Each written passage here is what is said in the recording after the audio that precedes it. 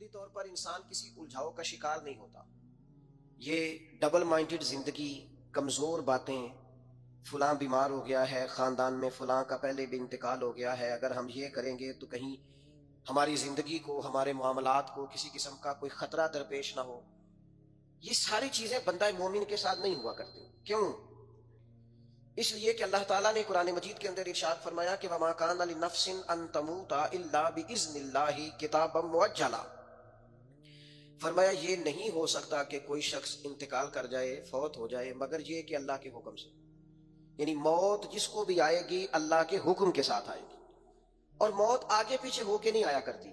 یہ نہیں ہو سکتا کہ کسی شخص نے چاہا آپ کو مار دیا تو اس کے چاہنے سے یا مر گئے. فرمایا کتابًا مؤجلا، موت کا وقت لکھا ہوا ہے، وہ اپنے مقررہ وقت پہ آئے گی، نہ ایک لمحہ پیچھے ہوگی نہ ایک لمحہ آگے ہوگی. تو بتائیے جب موت کا وقت لکھا ہوا ہے اور آئے گی بھی اللہ کے حکم سے، تو پھر اسے ڈرنے کا کیا مطلب ہوا؟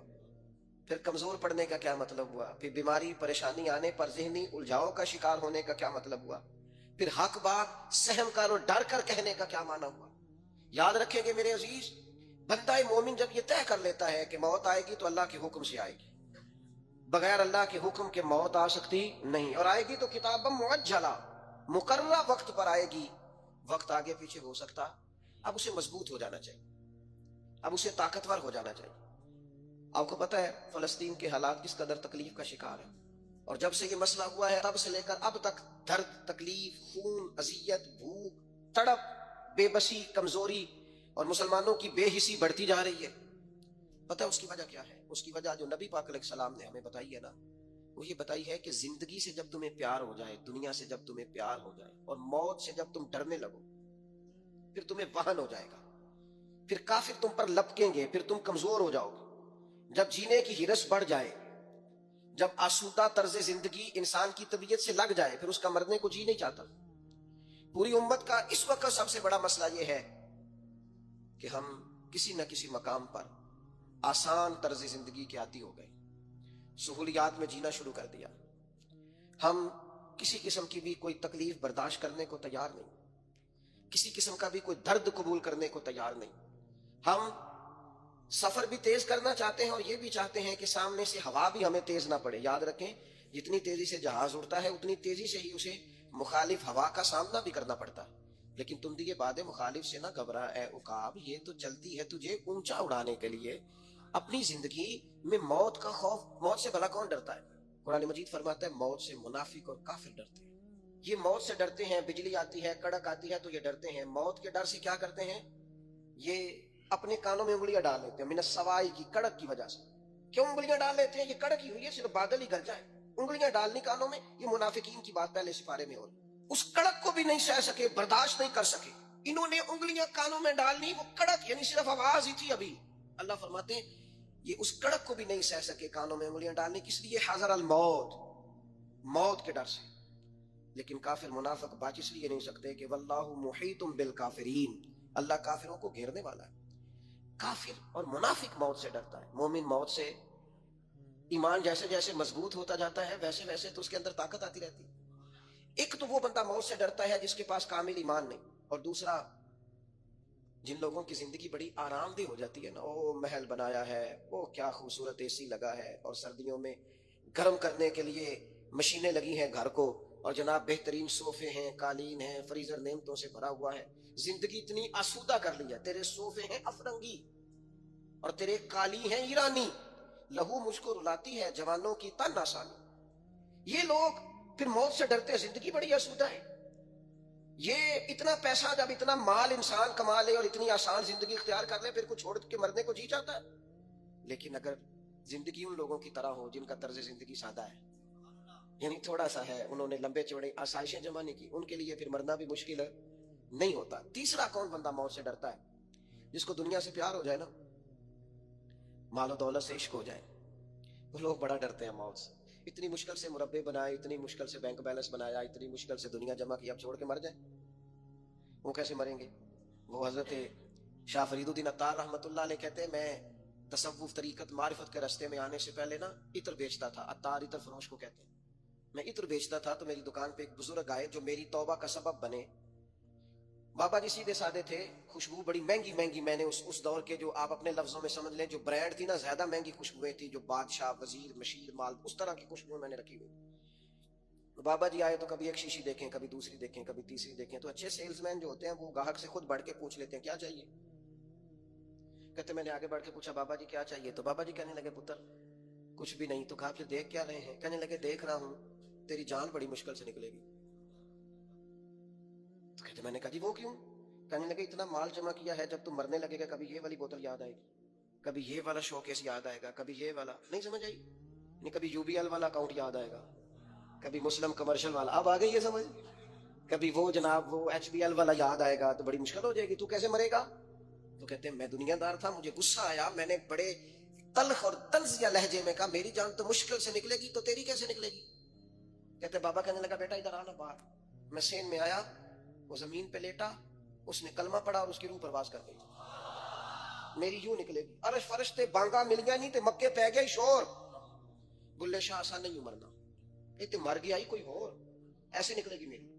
کہتے ہیں اس نے کلمہ پڑھا، وہ پرواز کر گئی. میں نے کفن دفن کا بندوبست کیا، ساری رات میں سوچتا رہا یہ بھی منظر ہوتا ہے دنیا میں، اتنی آسانی سے شخص چلا گیا. فرماتے ہیں بس پھر میں نے بھی صبح خیرات کی، کاروبار کو اتنا کیا جتنی مجھے ضرورت ہے، اور پھر میں نے بھی اپنا زیادہ وقت اپنے رب کی رضا کے لیے گزارنا شروع کیا. عزیز دوستو، دنیاوی مال و متاع کا پیار خوف پیدا کرتا ہے، خوف. اور میں آپ سے عرض کروں ریاکار بھی بزدل ہوتے ہیں، وہ بھی موت سے ڈرتے ہیں. جو کچھ کیا دکھلاوے کے لیے کیا، اخلاص ہے ہی نہیں. مخلص بندہ کبھی موت سے ڈرتا، چھپا چھپا کے نیکیاں کی ہیں، چھپا چھپا کے قرآن پڑھا ہے، چھپا چھپا کے تلاوتیں کی ہیں، چھپا چھپا کے درود پڑھا ہے، کونوں میں بیٹھ بیٹھ کے نعتیں سن کے حضور کی یاد میں رویا ہے. اس نے کسی کی مدد کی ہے تو اس نے بڑی چھپا چھپا کے کی ہے، نیکیاں مخلصانہ ہے. اس لیے یہ بندہ موت سے نہیں ڈرتا، یہ بہادر ہوتا ہے، طاقتور ہوتا ہے. اس کے مزاج کے اندر کمزوری نہیں ہوتی، اسے پتا ہوتا ہے کہ میں نے یہاں کے لیے جمع نہیں کیا، میں نے تو وہاں کے لیے جمع کیا ہوگا. لہٰذا یہ دوڑتا ہے، یہ ڈرتا نہیں. اور پھر زیادہ لوگ وہ ڈرتے ہیں موت سے جو موت سے نہیں ڈرتے، اپنے اعمال سے ڈرتے ہیں. انہیں پتا ہوتا ہے دنیا میں تو گناہ چھپے ہوئے ہیں، مر گئے تو کھل جائیں گے. وہ ڈرتے ہیں. جن لوگوں نے اپنے کردار کو باعظمت نہیں کیا ہوتا، باوقار نہیں کیا ہوتا، کردار میں خوبصورتی اور حسن نہیں پیدا کیا ہوتا، وہ لوگ ڈرتے ہیں موت سے. اور جنہوں نے کردار پر توجہ دی ہوتی ہے، عمل میں خوبصورتی ہوتی ہے، ان کو تو پتا ہوتا ہے کہ ہم نے اپنی زندگی یہاں کے لیے گزاری نہیں، گزاری وہاں کے لیے، اس دیش کے ہمراہ ہی ہے. تو یہ لوگ موت سے ڈرتے ہیں. اب میں آپ سے عرض کروں موت سے پیار بھلا کون کرتا ہے؟ کچھ لوگوں کو موت سے محبت بھی ہو جاتی. ایک تو وہ شخص موت سے پیار کرتا ہے جس کا آخرت پر کامل یقین ہو، جسے یقین ہونا مرنے کے بعد نعمتیں ملیں گی، کرم ملے گا. نبی پاک صلی اللہ تعالیٰ علیہ وسلم نے نا بدر کے دن فرمایا دوڑو بھائی اس جنت کی طرف جس کی چوڑائی زمین آسمان کے برابر ہے. تو حضرت عمیر رضی اللہ تعالیٰ عنہ انصاری صحابی تھے، فرمانے لگے حضور جنت زمین آسمان کے برابر چوڑی ہے؟ قرآن مجید نے کہا نا اللہ کی بخشش اور جنت کی طرف دوڑو، جنت زمین آسمان جتنی چوڑی ہے، اور صرف چوڑائی بتائی ہے، لمبائی نہیں بتائی. فرمایا تم نے جو چیز سب سے زیادہ دیکھی ہے وہ زمین آسمان ہے، اتنی جنت صرف چوڑی ہے، اور کسی بھی چیز کی چوڑائی زیادہ نہیں ہوتی، لمبائی زیادہ ہوتی ہے. حضور فرمانے لگے اس جنت کی طرف دوڑو. تو حضرت عمیر انصاری رضی اللہ تعالیٰ عنہ عرض کرنے لگے حضور جنت زمین آسمان کے برابر چوڑی ہے؟ حضور نے فرمایا ہاں.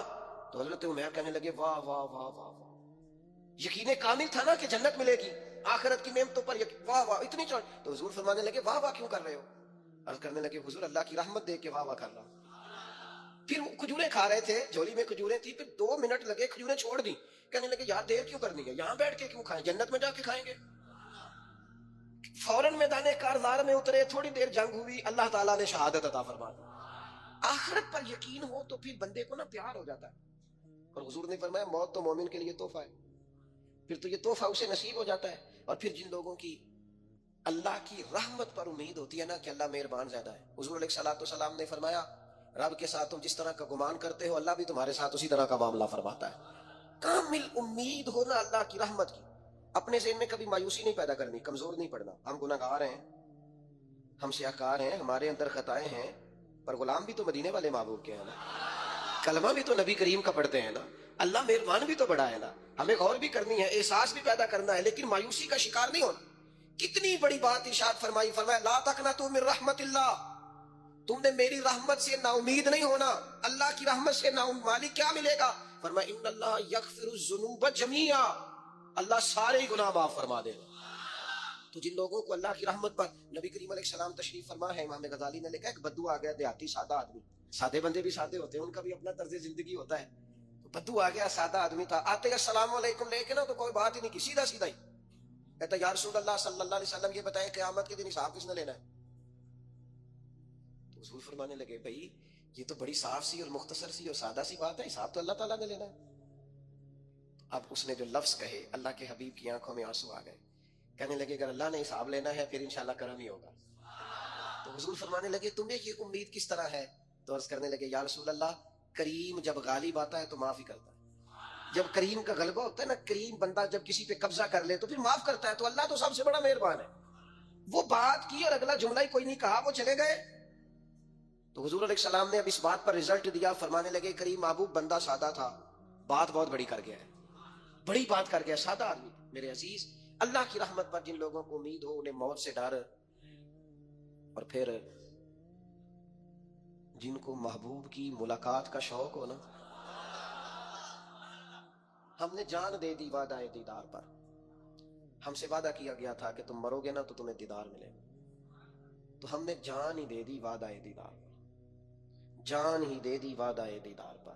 اور پھر فرماتے ہیں نقد اپنا دام ہو ہی جائے گا، فرماتے ہیں ہم نے جان دی ہے اس وعدے پر کہ وہ ملے گا، تو امید ہے کہ یہ سودا ادھار نہیں، جیسے ہی قبر میں جائیں گے سامنے حضور کی زیارت نصیب ہو جائے گی۔ اس لیے لحد میں بھی عشق رخ شاہ کا داغ لے کے چلے، اندھیری رات سنی تھی سو چراغ لے کے چلے، یہ حدیث آپ نے بھولنی نہیں، یہ تنہائیوں میں یاد رکھنے کی روایت ہے، یہ تنہائیوں میں پڑھنے کی روایت ہے، یہ اپنے ذوق کو تازہ، جو لوگ کہتے ہیں نا وجد سرور کیف میں جانا چاہتا ہوں، وہ مشکاہ شریف کی اس حدیث کو دیکھے، اللہ کے حبیب علیہ السلام نے فرمایا لوگوں میں تمہیں بتاؤں قیامت کے دن اللہ تعالیٰ بندوں سے پہلا سوال کیا فرمائیں گے اور بندے اس کا جواب کیا دیں گے؟ یا رسول اللہ کرم فرمائیے بتائیے۔ تو کریم فرمانے لگے اللہ تعالیٰ قیامت کے دن بندوں سے سب سے پہلا سوال، اگرچہ بعض اور حدیث میں اور سوالات بھی آئے ہیں قیامت میں جو سب سے پہلے ہوں گے، لیکن اس حدیث میں یہ والا سوال حضور نے بیان فرمایا۔ حضور فرمانے لگے اللہ قیامت کے دن اپنے بندوں سے سب سے پہلا سوال یہ فرمائے گا کیا تم میری ملاقات کو پسند کرتے تھے؟